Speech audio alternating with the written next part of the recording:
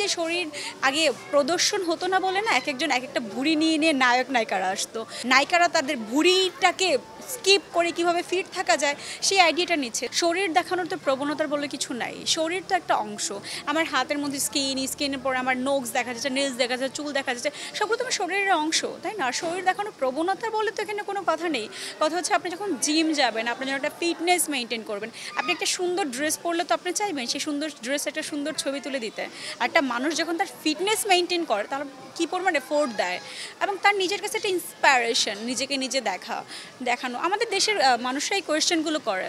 ইন্ডাস্ট্রির মানুষ বাইরে দেখুন, ইন্ডাস্ট্রির বাইরে তো আর্টিস্টরা অনেক বেশি পরিমাণে, মানুষজন এখন অনেক বেশি পরিমাণে ভালো ভালো ড্রেস, একটু স্মার্ট ড্রেস, স্টাইলিশ ড্রেস পরতে সবাই পছন্দ করে।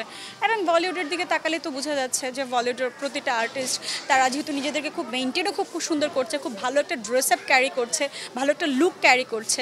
এই যে শরীর আগে প্রদর্শন হতো না বলে না, একজন এক একটা ভুঁড়ি নিয়ে নিয়ে নায়ক নায়িকারা আসতো। সো এখন যেহেতু তারা একটা জানে একটা ড্রেস দেখাইলে ওই পোর্শনটার মধ্যে একটু চর্বি দেখা গেলে দেখতে বাজে লাগবে, এই যে তাদের মাথার মধ্যে প্রবণতা আসছে, এই জন্য আমরা এখন সুন্দর সুন্দর ফিটেস্ট আর্টিস্টদেরকে দেখতে পাই।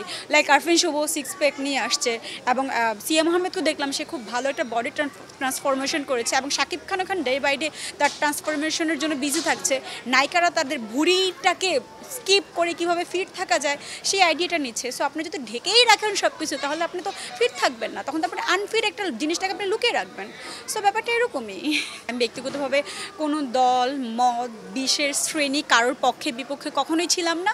আমি আমার মতো স্বাধীন চেতা, আমার যেটা ভালো মনে হয় সেটা আমি ভালো বলি, রাইটকে রাইট বলি, রংকে রং বলি। এইটা হচ্ছে আমার আমার ক্যারেক্টার।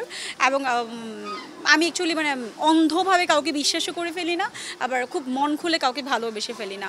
সো আমার যেটা ভালো লাগে আমি সেটাই করি। আমি যদি মনে করি যে ইউ আর রং, আমি অ্যাবসলিউটলি আপনাকে বলবো ইউ আর 100% রং আমার দৃষ্টিতে। হয়তো আপনার দৃষ্টিতে আপনি রাইট হতে পারেন, আপনি আমাকে এক্সপ্লেন করে যদি বলতে পারেন আই এম রাইট, আমি হয়তো আপনার কথা মানবো না, হয়তো বা মানবো না। বাট আমি মনে করি প্রতিটা পার্সন আলাদা, তাদের ব্যক্তিগত চিন্তা ভাবনা আলাদা, তারা তাদের মতো করে চিন্তা করে, তাদের মতো করে ভাবে। কারো পার্সোনাল চিন্তায় কোনো আঘাত করার কোনো অধিকার আমার নেই। সেম আমার ব্যাপারে কোনো কথা বলার বা কোনো কিছুর আঘাত করার কোনো অধিকার আমি কাউকে দেইনি। সো এইসব জিনিস নিয়ে আমি আসলে মাথায় ঘামাই না। আমার কাছে মনে হয় কি, বাংলাদেশের মানুষ একটু ওভার থিঙ্ক করে, তারা আসলে জাজমেন্টাল, টু মাচ জাজমেন্টাল, নিজের লাইফটাকে বাদ দিয়ে আরেকজনের লাইফে পড়ে থাকতে বেশি পছন্দ। সো এবং আমরা একটু অন্ধ টাইপের, আমরা রাইট রং বলতেও একটু ভয় পাই। বা আপনার সাথে আমার ভালো পছন্দ, আপনি অনেক রং পারসন, বাট আপনাকে আমি বলবো যে ইউ আর রাইট অলওয়েজ। তো এটা ঠিক না। আপনি আমার যতই পছন্দের মানুষ হন, আপনি যদি ভুল করেন আমার বলা উচিত যে ভুল। সো এই জিনিসগুলো আমি মনে করি যদি আপনার ভিশন ক্লিয়ার থাকে, আপনি যদি মানুষদের ক্লিয়ারলি সব কিছু দেখেন, সেক্ষেত্রে আপনার কোনো প্রবলেমে পড়ার কোনো রিজন নাই। কারণ আপনি ভুল করছেন না, আপনি কোনো অন্যায় করছেন না, কারো ক্ষতি করছেন না। সো প্রবলেমে তো তারাই পড়বে যারা আসলে আরেকজনের ক্ষতি করবে, আপনি নিজে ভুল করবেন।